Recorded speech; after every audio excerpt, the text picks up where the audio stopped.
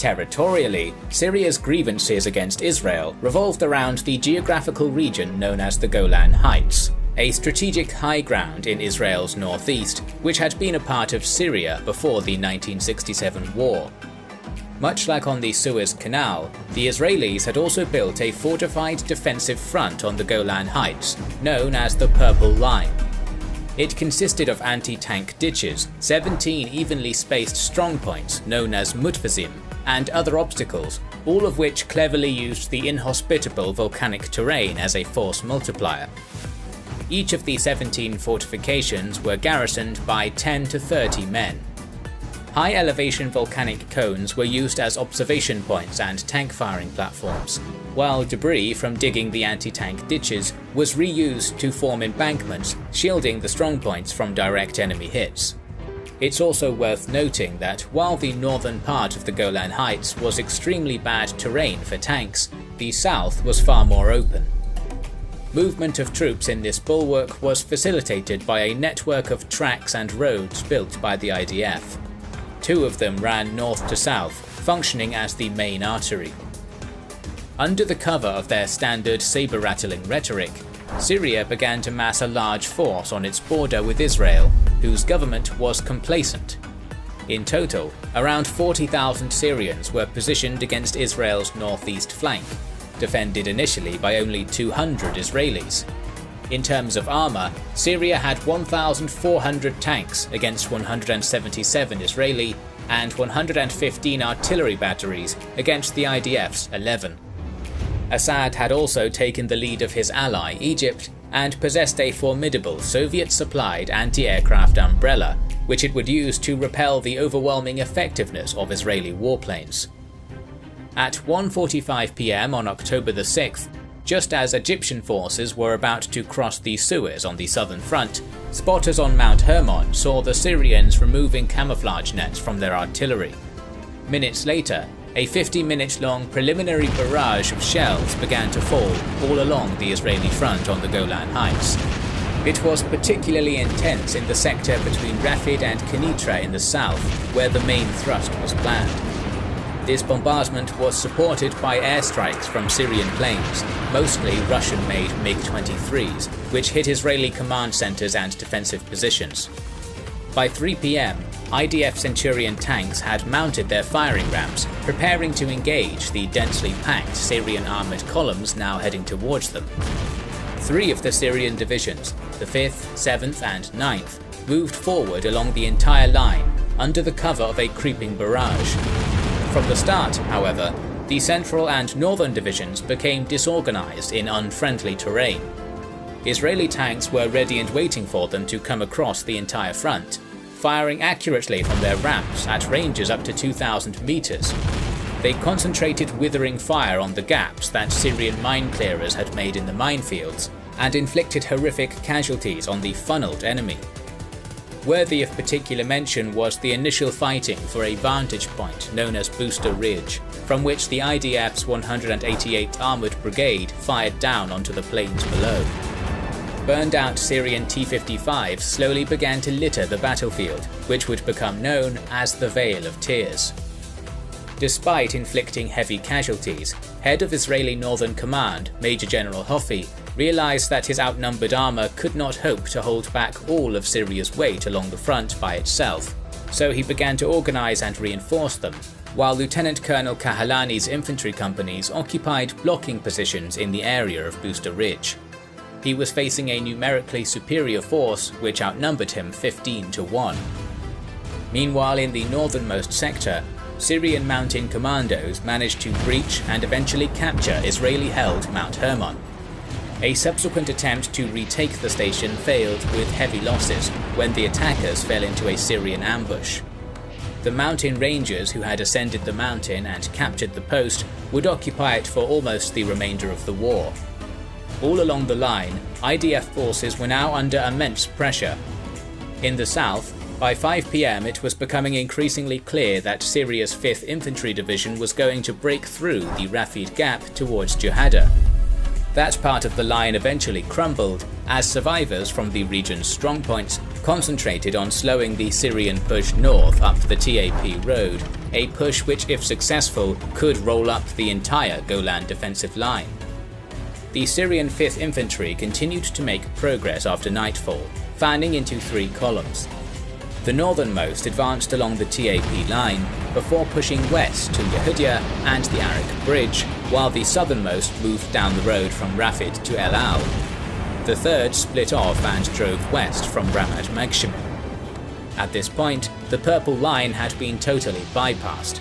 4 of the strongholds in the region of the breakthrough were evacuated in time, while the other half was encircled and isolated. Throughout the night, the 3 columns exploited the gains they had made, particularly in the center. Those forces advancing against Ramat Magshimim were pushing so quickly that they would soon descend unopposed into Israel's heartland. Victory in the south, it seemed, was almost near. In contrast to their successes in the south, Syrian forces in the north, who had a technological advantage in the form of night vision, were met with ferocious resistance during the previous night. At 10 PM, the Syrian 7th Infantry Division had launched another heavy attack in the Vale of Tears, but this was driven away after 3 hours of brutal close-quarters tank fighting. Despite the weight of Syria's numbers, by dawn they were stuck, trapped in the Vale, and could not advance further. As the sun rose on October 7th, Syrian forces in the south thought they had won. In the north, the view was far more grim. Over 100 burned out, damaged or destroyed T-55s. This 15-kilometer wide, 3-kilometer deep patch of land would be held by the Israelis, who suffered heavy casualties but knocked out 500 Syrian vehicles, including 300 tanks, losing only 100. Wanting to take as much advantage as they could as quickly as possible, Syrian High Command threw its armoured weight to the south, ordering reserves to bolster their armies in the form of the 15th Mechanized Brigade and 3rd Armoured Division. Attempts by Israeli air power to make a difference during the first days on the Golan Heights were swept away, with heavy losses inflicted by Syrian SAM batteries. During 2 attempted airstrikes in the centre of the line, for example, the IAF lost 6 out of 8 planes. By the 3rd day of the war in the north, 23 Israeli planes had been destroyed. During subsequent fierce fighting for the town of Nafek, where the IDF had a base, commander of southern Golan, Colonel Shoham, was killed. Only the hastily rushed-in 679th Reserve Armoured Brigade, whose men had been civilians just hours before, blunted the Syrian assaults and protected the line's integrity. Realizing that the situation in the north was far more urgent than that in the Sinai, the IDF High Command decided to prioritize the Golan front, and began transferring new tank crews and additional units to the north from the battle against Egypt. These units gradually started to trickle in, starting on the afternoon of October 7th. At that point, there was only a thin screen of Israeli forces, commanded by Brigadier General Lanner, between the Syrians and Galilee, and they were almost completely backed up against the slopes. Nevertheless, they managed to fight off enemy attempts to push them further, destroying 150 Syrian tanks in the process. The outcome of the war in the north hung by a thread, but Syrian High Command realized that they had to reorganize before any further push, and ordered their forces to halt at 5 PM. In the southernmost sector, armoured Syrian elements and parts of the 5th Infantry Division halted on the road to El Al, and the way was completely open. It proved to be a catastrophic decision, allowing Israel's reserves to mass. On the evening of October 7th, the 146th Reserve Armoured Division moved up the El Al road and prepared for battle. Only 36 hours after the war had begun, Israel was ready to launch a decisive counterstrike. Israeli forces in the south counterattacked through October 8th, and despite being struck by an enemy counterattack on the morning of October 9th, managed to push the Syrians back to their starting positions a day later. By nightfall on the 10th, there was not a single Syrian unit on territory west of the Purple Line. With this knowledge, Israel's cabinet had to decide whether to exploit its success against Syria or to concentrate forces against Egypt. Eventually, they decided to advance towards Damascus, hopefully close enough for long-range artillery bombardment, but not enough to provoke Soviet intervention. Major General Hoffi didn't intend to give the Syrians any time to recover, and began to quickly plan his assault. It would be launched as a concentrated thrust in the northern area of the front, which he correctly predicted would be less heavily defended than the south. The thrust's left flank and spearhead would rest on the slopes of Mount Hermon, while the right was just north of Quneitra. In the center and south, Israeli armies would remain on the defensive so as to focus all offensive strength in one area. The Syrians were now facing a reinvigorated enemy with their own badly mauled army.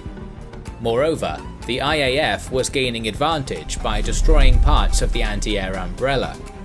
The consequence was dire, enabling Israeli jets to inflict heavy strategic damage on Syrian infrastructure, hampering the Soviet effort to resupply its Arab ally.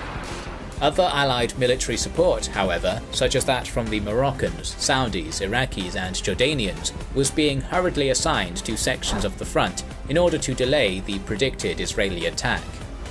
2 brigades held the sector which was to come under the main assault, one Syrian and the other Moroccan, supported by 75 tanks. Built under Soviet supervision after 1967, the Syrian defensive zone across the front was around 15 kilometers deep, with closely integrated concrete bunkers and trenches. It was anchored on the right to Mount Hermon and on the left to the impassable basalt rock field known as the Lajat. The Northern Division under Brigadier Eitan's command began its attack at 11 am on the 11th of October under artillery cover, with the 7th Armoured Brigade as its spearhead. This force struck northeast beside the foothills of Mount Hermon towards the settlements of Hada and Mazrat Beit Jan. Advancing a few kilometers to the south were remnants of the Barak Brigade, which had been mauled in the prior Syrian advance. It pushed east through Jabhat el-Hashab and neared the operationally valuable heights of Tel Shams. By late afternoon, the 7th Armoured Brigade controlled the Hada crossroads and, on the morning of October 12th, managed to swat away an armoured counterattack and resume its advance, subsequently taking Mazrat Beit Jan after a 6-hour-long battle. The southernmost of Eitan's forces were making progress too, with the crucial Mads crossroads being taken at about the same time the 7th Armoured repelled the Syrian counterattack. An attack on the heights of Tel Shams itself by tanks under Yossi Ben Hanan was repelled with heavy losses after Syrian anti-tank fire knocked the commander out of his turret. He was only rescued by paratroopers after darkness had fallen. To the south of Eitan's advance, Brigadier General Lanner's division, consisting of the 9th, 17th and 679th Reserve Armoured Brigades, began its own attack on the 11th at 1 pm, 2 hours after their companions to the north. They advanced up the Quneitra-Damascus road, but ran into trouble due to Israeli over-reliance on unsupported armour when it encountered well-coordinated Syrian defences. At the Khan Anaba crossroads, the 17th Reserve Armoured Brigade under Colonel Sarig came under a barrage of heavy artillery and anti-tank fire. When tanks at the rear of the column left the road in an attempt to get out of the way, they ran into minefields and suffered heavy losses. By the day's end, the 17th was down to a mere 5 tanks. Attempting to bypass the heavily defended crossroads, the 9th Armoured Brigade was ordered south through Jabba, but that night the units at Khan Anaba were briefly cut off by Syrian infantry, only to be saved by a battalion of Israeli paratroopers. On the morning of October 12th, Lanner launched a wide outflanking maneuver to the south through Nasej and towards Kanakir, which would hopefully avoid the terrible lava fields blocking his armour's path. His aim was to take Sassa from the south. Lanner himself was positioned at his headquarters at Tel Shah, an elevated position which allowed him to watch his divisions advance over the Syrian plain. From there, however, he also noticed huge dust clouds being kicked up about 10 kilometers to the south. It was clear to any experienced tanker that a major armoured formation was gearing up for action, and it turned out that this formation was the Iraqi 3rd Armoured Division, 2 armoured brigades and a mechanized brigade, totaling 180 tanks. To counter this threat, Lanner ordered the 679th Reserve Armoured Brigade to deploy south. The 205th was deployed between Tel Meshara and Tel El Mal, while the 17th and 9th were to return from Kanekir and take up defensive positions facing south, at opposite ends of a formation which would look like a U-shape, with its points facing the Iraqis. It was a lethal trap. At around 8 AM on October 13th, the Iraqi forces advanced into the area between Meshara and Nasej, directly into the maw of Israel's armoured might. 200 tanks and 50 artillery pieces trained on them from 3 sides. As light first dawned that day, devastating concentric fire from all sides of Lanner's so-called open box formation utterly annihilated the Iraqi 8th Mechanized Brigade within a matter of minutes. 80 tanks were destroyed, and the rest were sent reeling back in disarray, while not a single unit of IDF armour was even struck. To take advantage of this flattening of the Iraqi tanks, Lanner then ordered his 9th Reserve Armoured Brigade to seize the Tel Antar and Tel El Alakia hills throughout the 13th. The next morning, a hesitantly deployed Jordanian 40th Armoured Brigade counterattacked after crossing into Syria to help, but was repelled after losing 20 Centurion tanks in much the same way as the Iraqis did. Nevertheless, the Israelis acknowledged that Jordanian armoured units were far more technically sophisticated than their other enemies. A series of attempted Arab counterattacks followed, but all of them were misconducted or were cancelled before being launched.